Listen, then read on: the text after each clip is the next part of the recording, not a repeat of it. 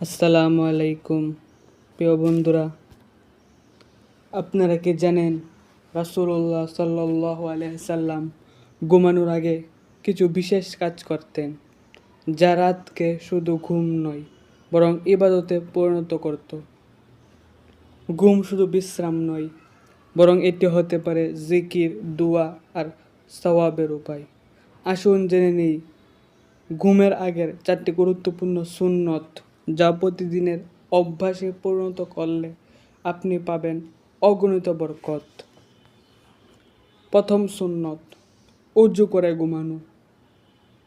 রাসূলুল্লাহ সাল্লাল্লাহু আলাইহি সাল্লাম বলেছেন, যে ব্যক্তি পবিত্র অবস্থায় ঘুমায় তার সাথে একজন ফেরেশতা সারা রাত থাকে। দ্বিতীয় সুন্নত, ডান কাত হয়ে ঘুমানো। নবীজি সাল্লাল্লাহু আলাইহি সাল্লাম কাত হয়ে ডান হাত গালের নিচে রেখে ঘুমাতেন। সহিহ বুখারী। তৃতীয় সুন্নত, ঘুমের দোয়া পড়া। ঘুমের দোয়াটি হলো আল্লাহুম্মা বিসমিকা আমুতু ওয়া আহইয়া। সহিহ বুখারী।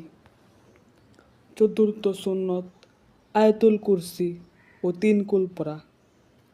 ঘুমানোর আগে আয়াতুল কুরসি পড়লে সারা রাত একজন ফেরেশতা পাহারায় থাকে। সহিহ বুখারী। রাসূলুল্লাহ সাল্লাল্লাহু আলাইহি সাল্লাম 3 কুল অর্থাৎ কুল হুয়াল্লাহু আহাদ, কুল আউযু বিরাব্বিল ফালাক এবং কুল আউযু বিরাব্বিন নাস পড়ে নিজের উপর ফু দিয়ে হাত বুলিয়ে নেওয়া ছিল রাসূলুল্লাহ সাল্লাল্লাহু আলাইহি সাল্লামের নিয়ম। সহিহ বুখারী। ভিডিওটি ভালো লাগলে লাইক দিন, শেয়ার করুন এবং ইসলামী জ্ঞান পেতে চ্যানেলটি সাবস্ক্রাইব করুন।